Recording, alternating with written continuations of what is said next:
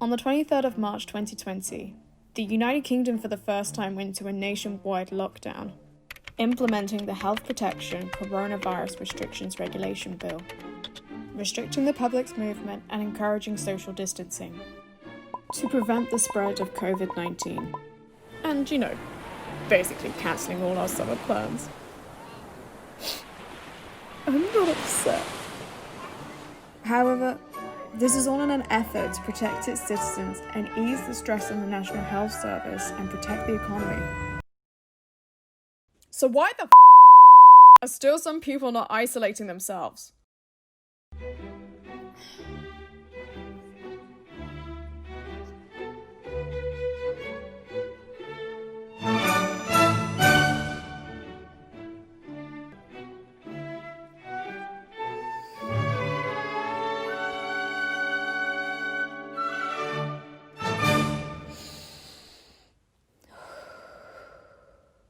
So firstly, what is social distancing? Social distancing is keeping a 2 meters distance from people to prevent the spread of a disease. However, these two are fine as they live together. Unfortunately for this one, they have to stay indoors alone. So why is social distancing so hard? We have all felt alone from time to time, even in a crowded space. However, some people have had to be isolated a little longer than you would like. This is Richard Alati, an American poker player who bet $100,000 he could spend 30 days alone in a dark room. With only a bed, a fridge full of food, and a loo. He could only last 20 days before cracking. After being isolated for so long, he hallucinated the room filling with bubbles and the ceiling opening revealing a starry sky.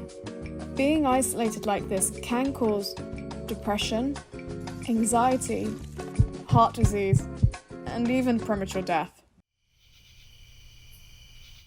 The physiological effects of isolation can be the equivalent of 13 cigarettes a day.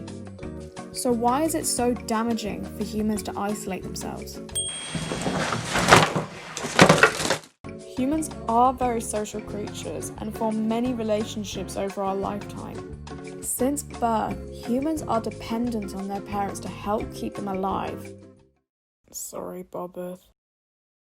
Throughout evolution, humans have developed a larger neocortex than many other mammals, developing a higher social cognition, making humans thrive in a social setting. But what makes it even more difficult to stay indoors? Simple. We don't like to be told what to do. And who would? This is a form of psychological reactance. We see lockdown as a threat to our freedom. In the same way when you're told you can't eat an extra slice of cake, or you can't touch the artwork in a museum. The human response is to rebel and touch it. So in such unprecedented times, don't rebel. We're not living in a time where the biggest first world problem was stopping ourselves from eating an extra slice of cake. We're living in a time where wearing a ventilator in a hospital bed is our latest fashion trend. And trust me, it's not a good look. So it is important for the human psychology to socialise. But for the sake of humanity, just wear a mask. Wash your hands. Wearing a mask is not the worst fashion trend to jump onto. Just please, promise, you won't form a protest because you need a haircut. I need a haircut. Yes. Oh, you're f***ing kidding me.